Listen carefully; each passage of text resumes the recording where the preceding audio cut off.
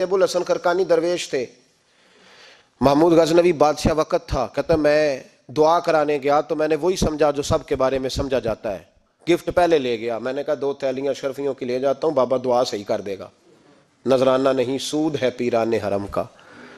تو کہتے ہیں 2 اشرفیوں کی تھیلیاں پہلے لے گیا کہ رکھوں گا تو بابا میرے حق میں نرم ہو جائے گا۔ میں نے وہ اب ذہن یہ بنا کے گیا تھا، حضرت اب کیا کر رہے ہیں، جمعے کا دن تھا تو کچھ سالکین طریقت مریدین جھاڑو لگا رہے تھے، تو سر میں کھجلی ہوئی تو پگڑی اتار کے ایک مرید سے کہنے لگے دیکھ کہیں جمعے تو نہیں پڑ گئی؟ تو ایک جمعے دیکھ رہا ہے، وہ کہتا ہے میں جمعے دیکھ رہا تھا، حضرت نے سر جھکایا ہوا تھا تو محمود غزنوی داخل ہو گیا، تو جو جمعے نکالنے والا کہنے لگا او ہو، فرمانے لگے کیا ہوا؟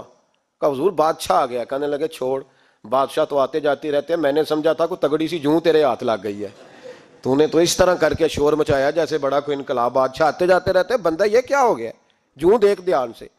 تو محمود کہتا ہے میں تو دنیا دار قسم کا صوفی سمجھ کے آیا، تھیلیاں بھی اشرفیوں کی رکھیں، تو بابا جی سے دعا کے لیے کہا میں سومناتھ کے مندر فتح کرنے جا رہا ہوں، دعا کرنا۔ تو بابا جی نے اندر سے کرتا منگایا، کہنے لگے یہ میں نے ابھی اتارا ہے کپڑے بدلنے کے لیے، جب بڑی مشکل پڑ گئی تو کرتا سامنے رکھ کے دعا مانگنا، اللہ اس کے وسیلے سے فتح عطا کر دے گا۔ جو مشکل ہوگی تیری تر دامنی پہ شیخ ہماری نہ جائیے، ہم دامن نہ چھوڑ دیں تو فرشتے وضو کریں۔ اور اقبال کہنے لگے نہ تیگ و تیر میں نہ لشکر و سپاہ میں ہے، جو بات مرد کلندر کی بارگاہ میں ہے۔ کو معمولی لوگ ہوتے ہیں، اقبال کہنے لگے ید بیضا لیے پھرتے ہیں اپنی آستینوں میں، انہوں نے بغل میں ہاتھ رکھا ہوا ہے، اگر کھول دیں تو اللہ اسی طرح برکات کا فیض عطا کر دے جو حضرت موسیٰ کے ید بیضا کو ملا ہوا۔ کو معمولی لوگ ہوتے ہیں، غبار آلود سمجھ کر حکارت سے نہ دیکھ ان کو، انہی کی ٹھوکروں سے سلطنت بنتی ہے اور بگڑتی ہے۔ یہ تگڑے لوگ وہ علیحدہ بات ہے کہ جڑے محرم راز حقیقت دے وہ راز حقیقت کھول دے نہیں، یہ جنہ ویکھیا نہیں ہو کرن گلاں، جنہ ویکھ لیا ہو تے بول دے ہی نہیں، یہ بات علیحدہ ہے کہ وہ بیان کرنا پسند نہیں کرتے، پردوں میں چھپے رہتے ہیں، ورنہ تو اللہ نے بڑے اعزازات دیے ہوتے ہیں۔ تو محمود کہنے لگا کہ بابا جی نے دعا کی اللہ اگر اس کی نیت صحیح ہے تو اسے کامیابی عطا کرنا، اس کی مدد کرنا۔ مجھے کہنے لگے کچھ کھائے گا؟ میں نے کہا کھانا ہے۔ تو کہنے لگے بادشاہ کے لیے وہ کھانا لانا جو سویرے میں نے کھایا ہے۔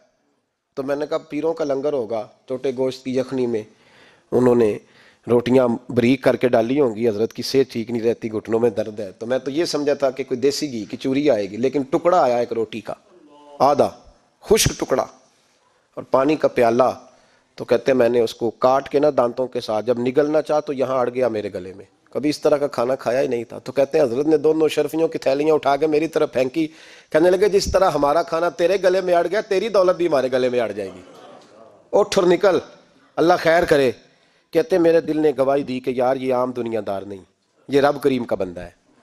کہتے ہیں اب جب میں پہلے انہوں نے کوئی لفٹ ہی نہیں کرائی جب گیا، اب جب میں جانے لگا نا اٹھ کے واپس تو حضرت اٹھ کے میرا استقبال کیا، مجھے سواری تک چھوڑنے گئے تو میں نے کہا حضور جب آیا تھا آپ نے منہ ہی نہیں لگایا، اور جب جانے لگا تو اتنا اعزاز۔